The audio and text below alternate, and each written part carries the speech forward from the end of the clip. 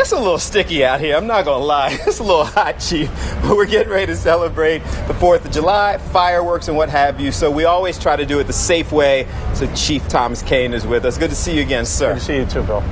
I'm gonna start venting a little bit. And you've been doing this longer than I have, obviously. Why do we have to explain this to people every year to be careful with the fireworks? It's just a reminder. We want to make sure everybody is safe and that they're able to enjoy the holiday without having to go to the emergency room or worse. Right, and I appreciate you doing it. I'm not upset with you. I'm upset with the fact that by now we should understand that things can be dangerous. Absolutely. All right, but we don't, so we're going to make sure people get it. That's right. All right. So what are some of the things we should lay out for if we're going to go out there and have the kind of fireworks display? Well, first and foremost, don't have a fireworks display. That's the thing right there. You will not be hurt in a fireworks incident at your house if you don't have one. These things here are dangerous. It even says it here.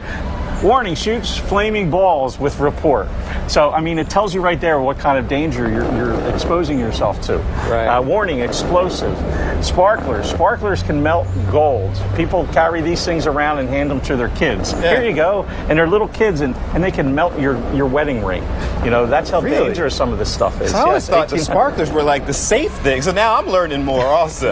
Imagine what the other stuff can melt. If these are melting gold. Yeah. But that's what people don't realize, the extent of the danger that they expose themselves to with these things. So what we recommend is definitely attend one of the public displays. They're all over, and post-COVID, as we're getting post-COVID anyway, there's going to be more and more of these events. Phillies games, you're going to see Welcome America. They're all over. Look up these events and go to those, and they're going to be so much better too. Yeah, and I safer. feel like we should tell people. I was in the wholesale club the other day, and there's huge displays of fireworks available. I feel like we need to make people understand that just because they're for sale in the store, it doesn't necessarily mean that they're safe.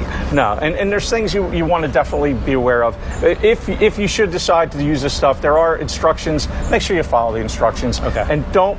And make sure you buy something that is credible. It looks credible. It's not homemade. Don't make them yourself, and definitely keep them away from children and pets too. So your first recommendation is don't. Don't. But if you're first going and only recommendation is don't. But some people are going to. That's true. So are there safer ways to do it? So you definitely want to be in a wide open area, away from other buildings, and you want to check your local codes too, because there might be it could be illegal, and you may need so much open space in order to set them off, or you may have to be so far away from a building. Okay. So they're not legal.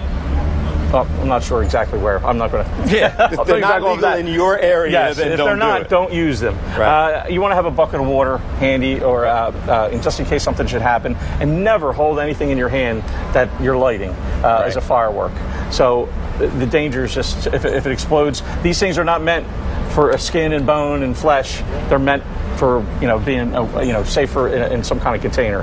And there are some fun, safe alternatives for kids if you're going to do it. Absolutely. All right. So here's some things: a confetti cannon, which is definitely a safer method unless you get something in your eye. But there's always that possibility. But that's what we got these for. Yes, that's what I have.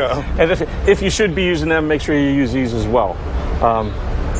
Because the chance of an eye injury is too great, and your eyes, you only get two, so if you want to use them, you want to keep them. So we have some glow sticks here, some confetti, and always keep a bucket of water handy, or a fire extinguisher, and keep everybody away from them. It's a holiday you're supposed to celebrate, and you don't want to do that in the emergency room, so do what you can to stay away from there. We appreciate everything you're doing. We appreciate you continuing to come back, show people the things to do, and keep them safe.